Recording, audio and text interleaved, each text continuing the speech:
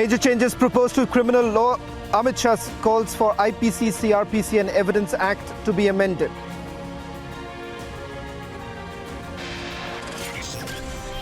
कि दंड प्रक्रिया संबंधी विधि का समेकन और संशोधन करने के लिए विधेयक को पुनर्स्थापित करने की अनुमति दी जाए।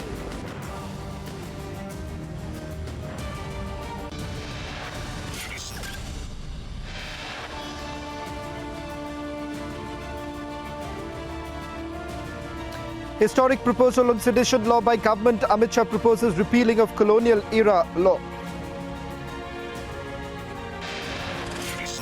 निर्णय इस सरकार ने किया है, राजद्रोह को कंप्लीटली हम रिपील कर रहे हैं, कंप्लीटली। यहां लोकतंत्र सबको बोलने का अधिकार है, राजद्रोह को हम कंप्लीटली रिपील कर रहे हैं। मान्यवर,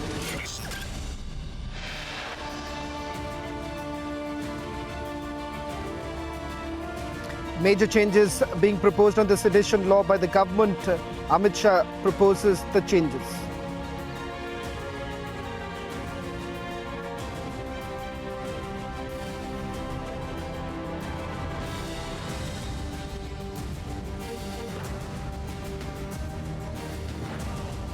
Historic proposal on the law by the government. Amit Shah proposes repealing of the law.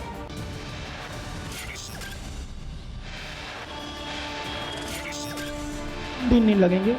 अगर हिंदुस्तान की आर्मी को कहा गया कि ये तमाशा बंद करो, 2 दिन में ये तमाशा ड्रामा बंद हो जाए।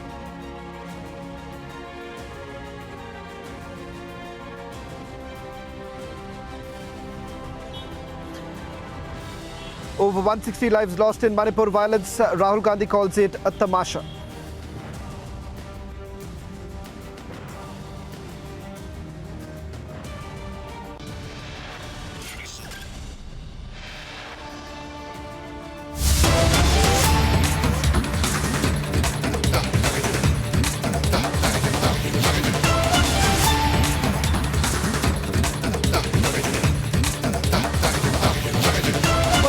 Edition of This is Exclusive with some breaking news now coming in. These are the details we are picking up as far as the new laws that have been proposed by Union Home Minister Amit Shah. First big takeaway, under trials who've served more than 1/3 of the probable punishment to be given bail. All gang rape punishments to have minimum 20 years of jail. Mob lynching law would be introduced. Now, beyond that, we're also picking up that specific provisions are also now being made in hit-and-run cases. Additional 10 years of punishment if the accused runs away from the scene of crime.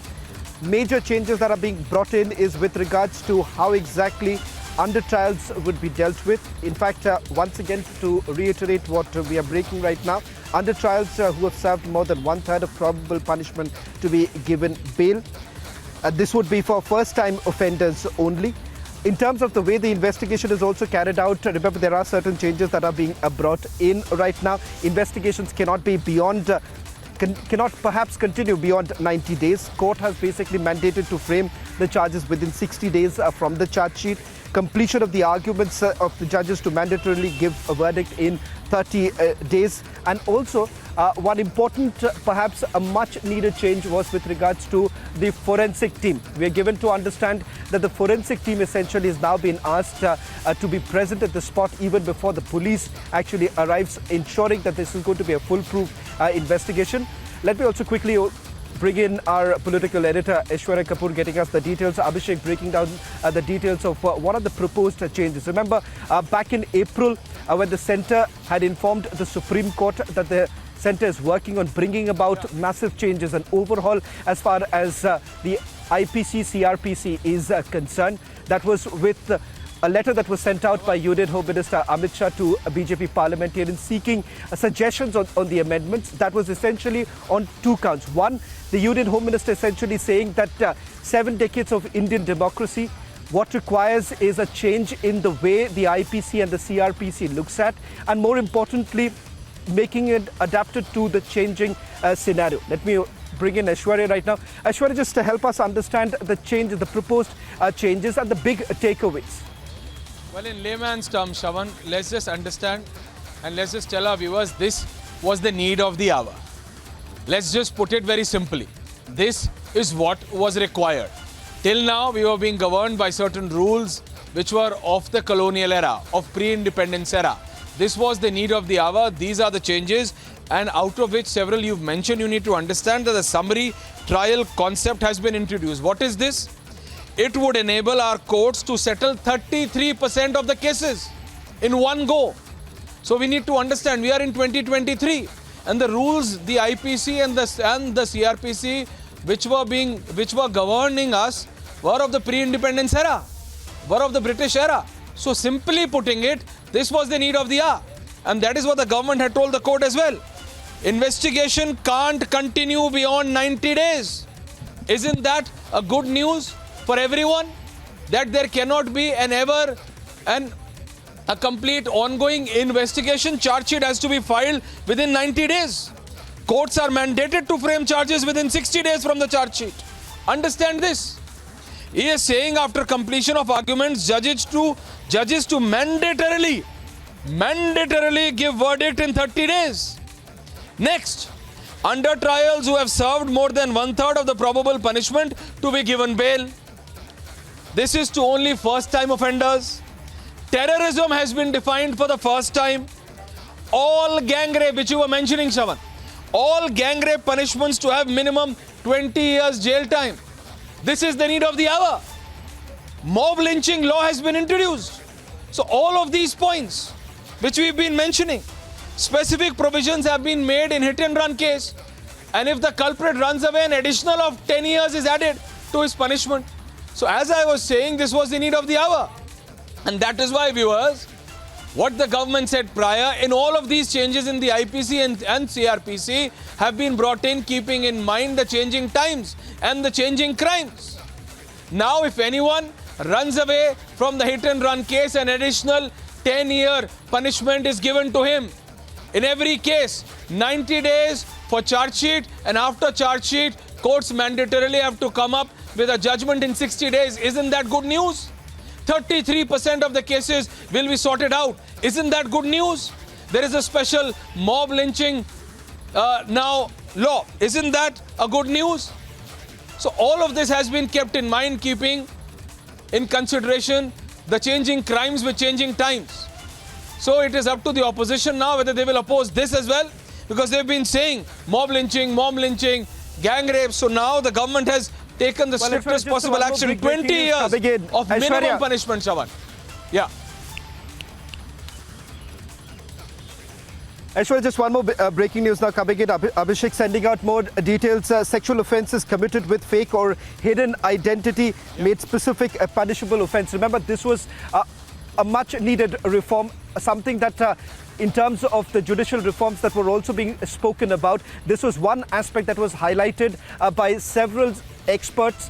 In fact, in the suggestions that were sought by the Union Home Minister through the various parliamentarians, one of the biggest criteria was the fact that perhaps to reduce the timing, and as far as making these cases far more foolproof in terms of gathering evidence. That is one of the reasons why, with regards to IPC and the CRPC, these changes that have been proposed is not only looking into suggestions coming in from the experts. The government has not used the word, but you see, the sexual offences committed with fake or hidden identity made specific punishable offences.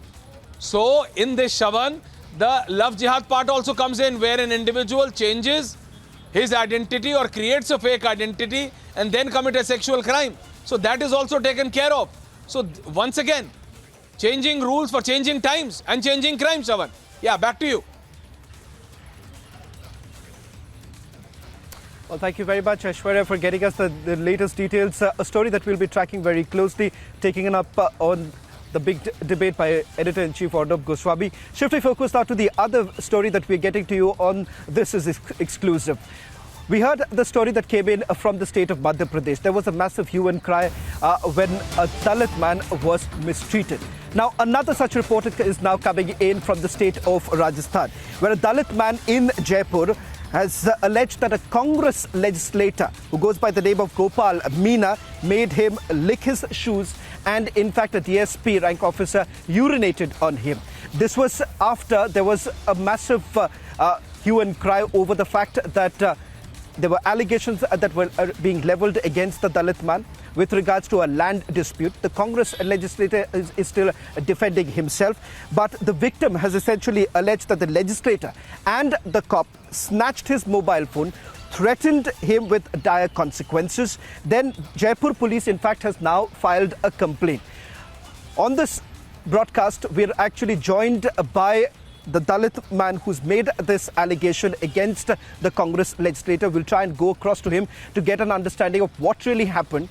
What is it that he had to go through? Because given the fact that he has narrated before the police that he was tortured, and this incident, ladies and gentlemen, happened in the month of June. He was locked up in a room.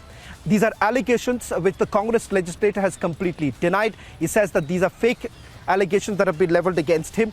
If in a short while from now, the Dalit man would be joining us on this broadcast where we would get the ordeal that this man had to go through and what is it the kind of response that has come in from the Jaipur police. Republic TV से बात करने के लिए बहुत बहुत धन्यवाद। सबसे पहले आपसे जो सवाल करना चाहूँगा कि ये हादसा ये कब हुआ था और आप ये आरोप जो कांग्रेस के नेता के ऊपर लगा रहे हैं, वो कांग्रेस के नेता वो कह रहे हैं कि आप झूठ बोल रहे हैं। हमारे दर्शकों को ये बताइए कि आखिरकार हुआ क्या था, क्यों ये कहा जा रहा है कि लैंड को लेकर एक डिस्प्यूट हो रही थी, पर आप दर्शकों को ये बताइए कि आखिरकार हुआ क्या था। हेलो शाम मैम, आपको मेरी आवाज आ रही है? हाँ आ रही है सर। आपको मेरी आवाज आ रही है? हाँ, जो सवाल मैं करना चाह रहा था कि कांग्रेस के नेता हाँ आपकी आवाज आ रही है। सवाल जो मैं करना चाह रहा हूं वो ये है कि कांग्रेस के नेता गोपाल मीना ये कह रहे हैं कि ये बेबुनियाद आरोप लगाया जा रहा है, ऐसा कुछ नहीं हुआ था, और आपके ऊपर ये आरोप लगाया जा रहा है कि ये कोई लैंड को लेकर मामला है। आप क्या कहना चाहेंगे हमारे दर्शकों को, आपके साथ हुआ क्या था?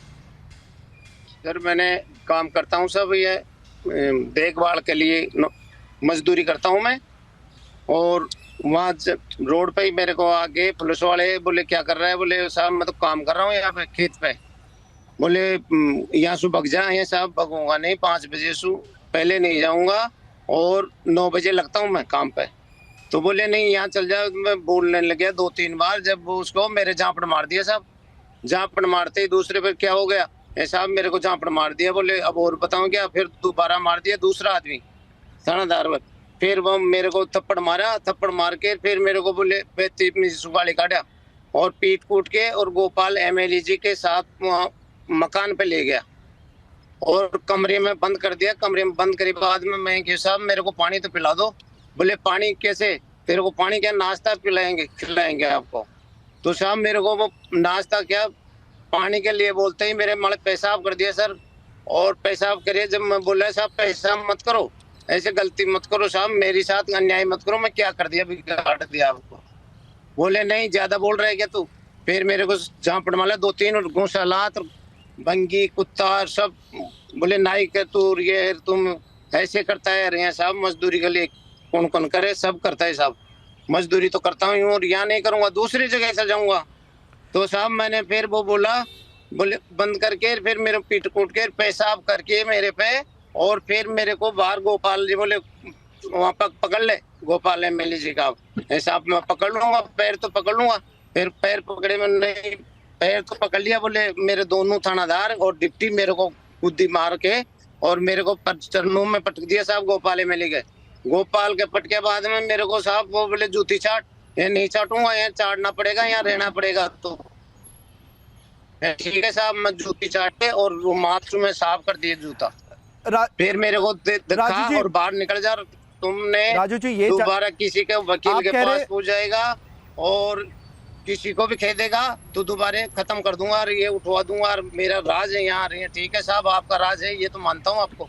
और फिर मेरे को नहीं सुना, मैं मोबाइल बंद करके मैं जयपुर पर गया साहब, 2 वकीला को पूछा है साहब मेरे ये मामला हो गया, बोले नहीं करूंगा।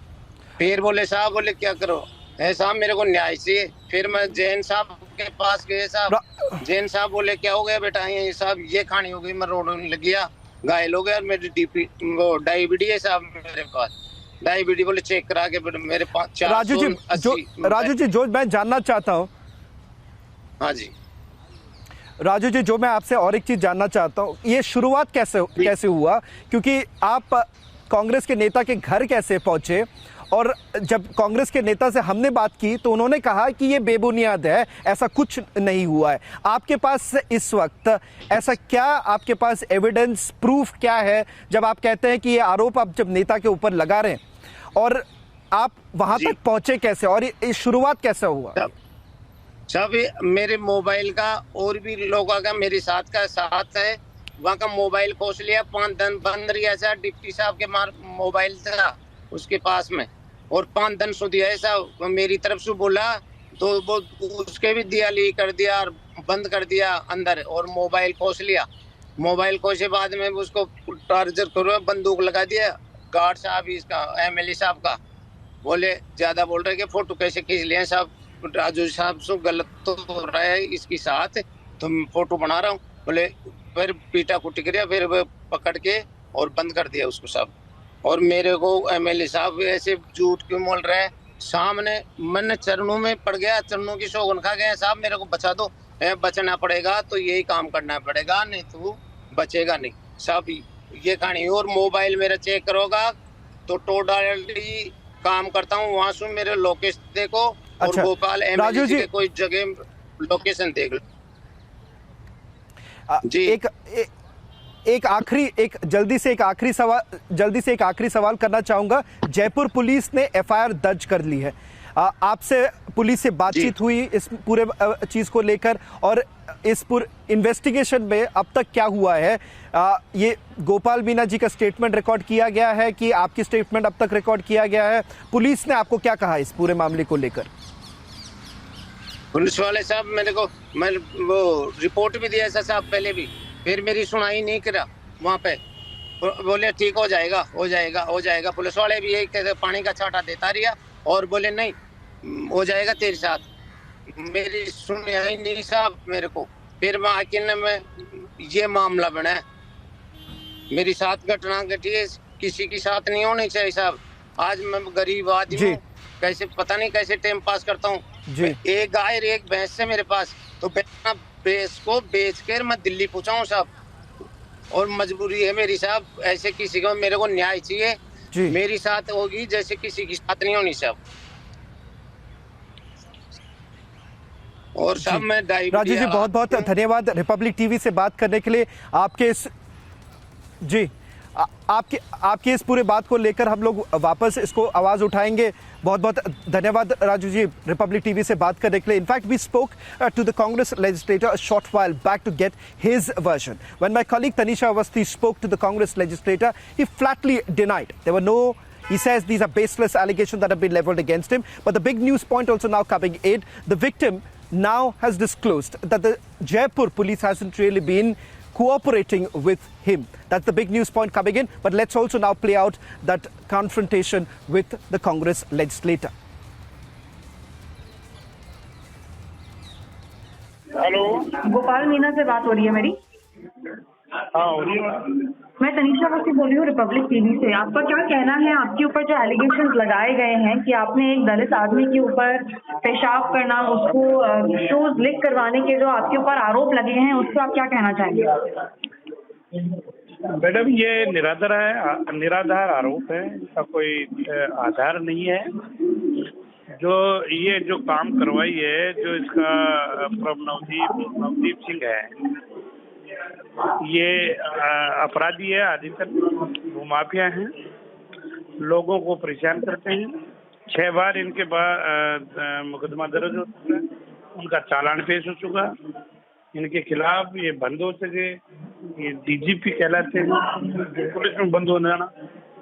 तो ये लोग इनके नौकर से एक झूठा रचित षड्यंत्र के तहत, राजू नाइक को मैं नहीं जानता, वो मुझे नहीं जानता,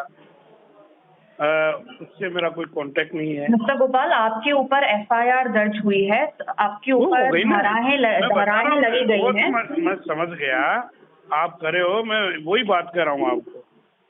तो ये निराधार है, इनका कोई मतलब नहीं है। अगर ये निराधार होता तो आपके ऊपर एफआईआर क्यों दर्ज करवाते पुलिस? आपके अलावा 3 और लोगों के नाम। करा दो, कौन रोक रहा है एफआईआर को? तो इस्तगासा जी कोई करा दो। और जब इनके ऊपर प्राण नवदीप है, इसके ऊपर और इसके पति के ऊपर दोनों पे केस दर्ज हो गए, उसकी काट में एफआईआर हमारे ऊपर दर्ज कराना चाहिए, पुलिस के ऊपर, हमारे ऊपर। आप पूरे मैटर को समझो मैडम। तो इसके ऊपर सीबीसीआईडी जो इन्वेस्टिगेशन कर रही है, इसके अगर जो सच्चाई होगी, कानून होगा, वो कपड़ा काम करेगा। अगर हम दोषी हैं, एफआईआर दर्ज करने का मतलब ये नहीं कि मैं दोषी हो गया। जब इसकी जांच हो जाएगी, जब दोषी हो जाऊंगा तो मैं दोषी मान लूंगा। आप बिल्कुल इस सब चीजों से इनकार करते हैं कि आपने ऐसा कुछ भी नहीं किया है। आपका और आपके साथ जो 3 लोगों के जो नाम मेंशन थे, एकदम दूध की तरह साफ है। तो आप ये सारे एलिगेशन को एकदम डिनाई करते हैं, इसमें कोई सच्चाई नहीं है, ये कह रहे हैं? इसमें आप खुद को महसूस हो जाएगा, जो ये व्यक्ति अपराधी है, वो लोग कुछ भी कर सकते हैं। इनके खिलाफ 6 मुकदमों में चालान पेश हो गया। इतने गहरे आरोप आपके ऊपर एक इंसान क्यों लगाएगा? वो भी एक नहीं सर, आपके ऊपर 3-4 आरोप लगे हुए हैं। आपके ऊपर ये आरोप लगा है कि आपने पेशाब की है, आपने शूज लीक करवाए हैं, और यहाँ तक कि आपने उनके जो कास्ट के ऊपर है उसके ऊपर भी आपने बोला गया है। और आपके साथ 3 लोगों के भी नाम मेंशन है, एक डीएसपी का भी नाम मेंशन हुआ है सर। तो मैडम वही यही तो आपको कह रहा हूँ, जब वो मेरे पास आया, मेरे पास किसके साथ आया, वो सब लोकेशन आ चुकी इनकी, वो लोकेशन ट्रेड हो चुकी कि इनको पुलिस लेके आई है, ये खुद आए हैं, ये सब पुलिस कर रही है कार्रवाई। उनकी लोकेशन कहाँ है, इनकी लोकेशन कहाँ है, ये मेरे पास कितनी देर रुके, ये नवदीप के साथ आया, नवदीप की लोकेशन कहाँ की है, इसकी लोकेशन कहाँ की है, मेरी लोकेशन कहाँ की है, सारी आ गई ना। तो वो जांच होने दो, जब जांच हो जाएगी क्लियर हो जाएगा।